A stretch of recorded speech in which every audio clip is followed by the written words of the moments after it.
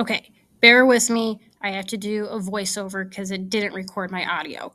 But first, you're going to go to Adobe Express for Education. My screen is going to look a little different than yours, but I'm going to show you where to go. So on your screen, you're going to go to Classroom, click on Science, and then click on whatever evidence you are. So rock layers, rocks and minerals, past mountains, glaciers,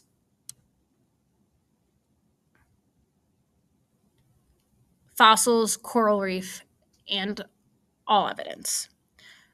I'm going to click on coral reef, but I cannot do it on this side. I am going to have to go back to my projects. All right, clicking on coral reef. Okay, what you're going to be doing is you're going to be looking at the evidence. Right here, it says coral reef evidence found here. So anything shaded green is the coral reefs. And looking at the coral reefs on the different plates, you are going to create a supercontinent. So you are going to move the plates together so that they're touching to create one giant supercontinent. I'm going to go ahead and move South Africa or South America, and Africa together because we've already gathered so much evidence saying that these two plates go together. Rotating South America and going to put it up to South Africa, remembering that the coastlines today don't match the coastlines from a million years ago, so it's okay if they overlap. I'm going to move North America in here, trying to figure it out. Move Asia and Europe over somehow. The Indian plate. I'm going to rotate that a little bit more. The Antarctic plate doesn't have any evidence on it, so I'm just going to throw it somewhere. And all right, that looks good to me. Now on my paper, I'm going to trace my supercontinent, making sure that I include the names of the continents as they are today, and also including my evidence. So for me, I am doing coral reefs. That means on my paper, I need to shade it in green or shade it in some color, the coral reefs that I find on my paper. That way my evidence matches up. Then you're going to look at strong evidence and weak evidence. My strong evidence, I know South America and Africa go together.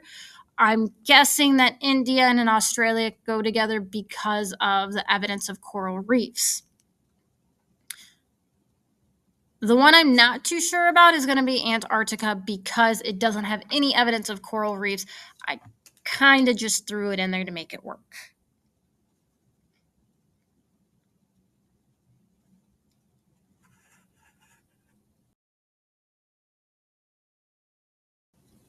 Okay, moving on to model number 2.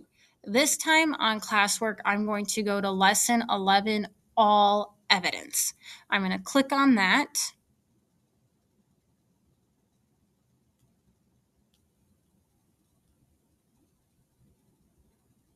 There we go. I did mess up when making this one a little bit. I forgot to group South America and all of its evidence together and the Eurasian plate and all of its evidence together. So you are going to have to group it together. Let me first ungroup it to show you how to group it together. So when it's ungrouped, I can move things individually. So I'm going to click and drag, making sure I'm selecting everything, and then hit group. Now everything is together and it moves together like North America. The other one you're going to have to do is the Eurasian plate. Let me just get it alone so I can show you. Ungrouping it so you can see.